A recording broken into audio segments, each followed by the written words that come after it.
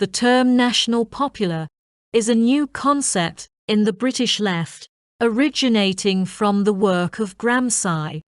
Its presence in the late 70s and 80s can be partly explained by the toughening political climate and the weakening grip of Althusserian Marxism on certain sectors of the New Left, Gramsci's absolute historicism, collapsing philosophy, politics, religion, and ideology, and his conception of Marxism as involving intellectual and moral reformation were considered too primitive to be given serious attention by rigorous Marxist theoreticians. The turnaround that is now taking place involves a reaction against the political impasse towards which Althusser's later formulations tend. The dangers of this kind of impasse become clear as the tough and flexible ideological resources of Thatcherism have proved capable of mobilizing a large popular base.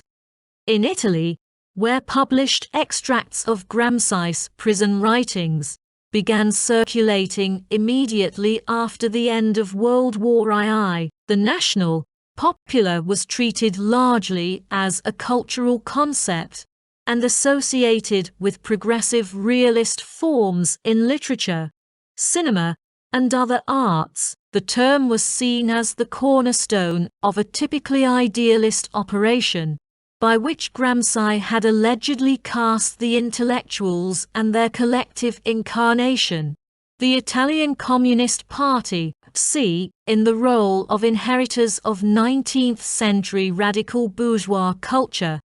The national popular concept in Britain has been used to discuss popular democratic struggles without a specific class character, particularly in relation to Labour's struggle against capital.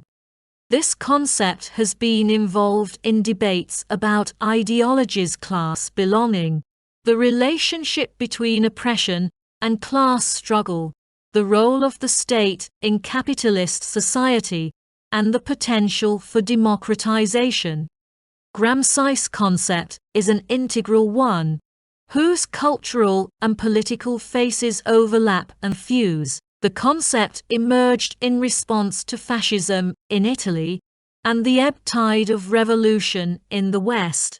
Gramsci identified a small industrial proletariat, a large but ideologically backward peasantry, and a large stratum of petty bourgeois intellectuals, who exercise ideological control over the proletariat and peasantry. Fascism had installed itself in power by a class alliance between the northern industrial bourgeoisie and large landowners, with the support of the petty bourgeoisie. Gramsci argued that a political strategy based solely on the proletariat was inadequate to defeat fascism, and instead, a class alliance between the northern proletariat, southern peasantry, and petty bourgeois intelligentsia was necessary to provide a mass base for political action and open the interstices of the North-South industrial landowner alliance.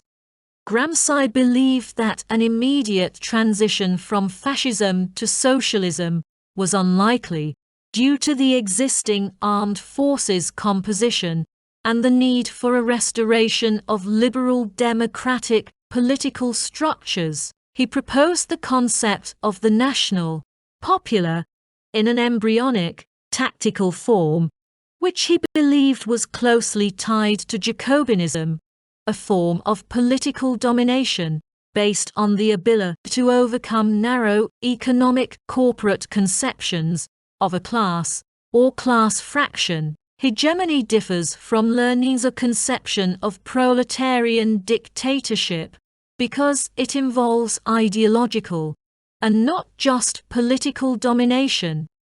Gramsci observed that the democratic Republican leaders around Mazzini and the Action Party failed to generalize their struggle beyond the radical bourgeoisie and win the support of the peasantry. they were subsumed and defeated by the moderates under Cavour, who constructed a hegemonic alliance of the bourgeoisie with the southern landowners. This alliance continued in the state through transformism and economic subjection of the South to the North.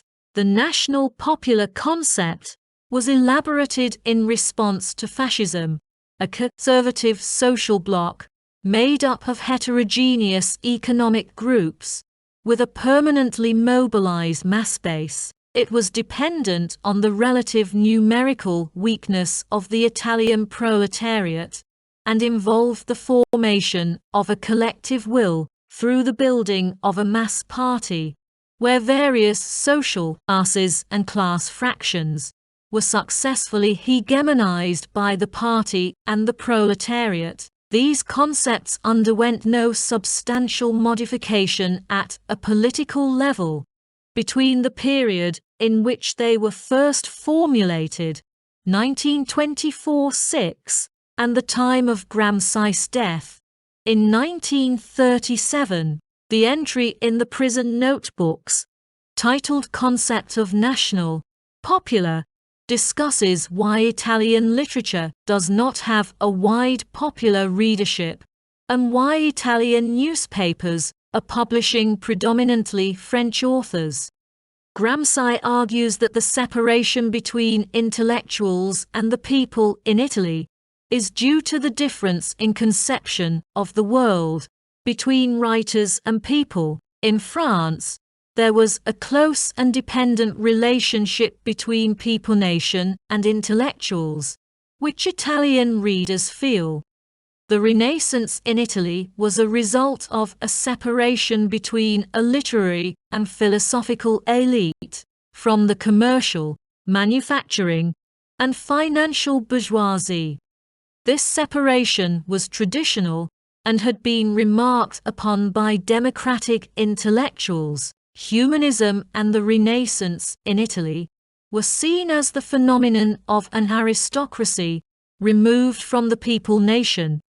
Italy's political disunity was compounded by factors such as the papacy blocking the Protestant Reformation and its anti-liberalism in the 19th century. The regional and cultural heterogeneity of the peninsula also acted as a practical obstacle to the diffusion of any national culture.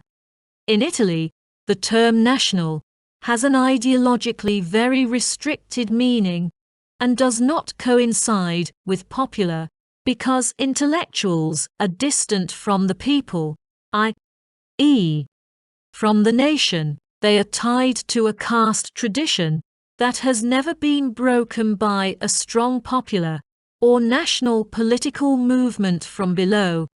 The Prison Notes by David Gramsci aim to understand the structural reasons for the lack of an organic national popular movement in Italian history and work out the preconditions for such a movement in the present. Gramsci's notes on the national, popular, reveal the extent to which the cosmopolitan traditions of Italian intellectuals have impeded the molecular ideological activity by such a reformation could be brought about.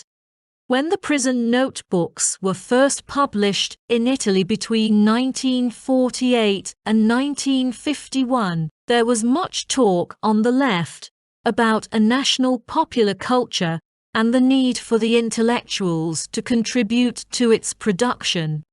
However, Gramsci did not mean that an Italian national popular literature would have to resemble those kinds of text. Instead, he designed it not a cultural content, but the possibility of an alliance of interests and feelings between different social agents, which varies according to the structure of each national society.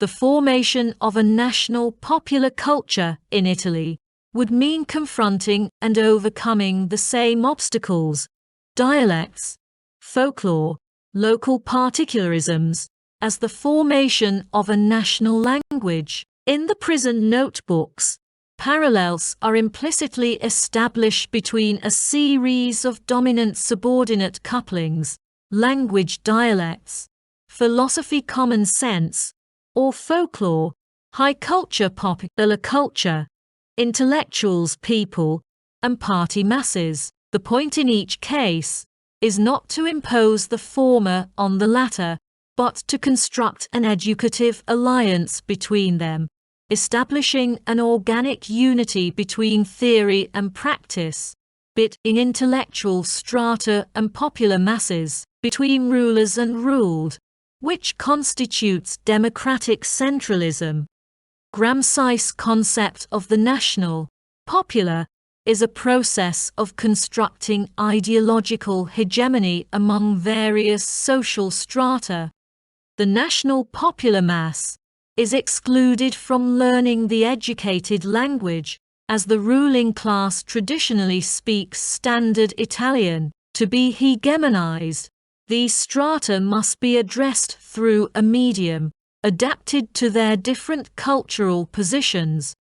The concept developed beyond immediate conjunctural considerations and became a historical strategy dependent on the historic absence of a revolution from below, a specific Italian economic and social structure with special disequilibria, and the development of capitalist societies in the West. The national popular concept recognizes the specificity of national conditions and traditions, valorizes civil society as a key site of struggle, emphasizes the role of ideological reorganization and struggle, and identifies struggles common to more than one social class, fraction, or group that can be strategically linked together. However, it leaves open problems, such as how to initially win the consent of other forces and movements, transcend the economic, corporate interests of a class or social group, and secure and prevent disintegration back into competing sectoral interests. The crucial practical problem of the national, popular, lies in the narrow distinction between class alliances that are effectively hegemonic for the working class, federative groupings around particular issues or at particular times, and class alliances that can be reorganized under bourgeois hegemony. These questions remain of great actuality in the West today,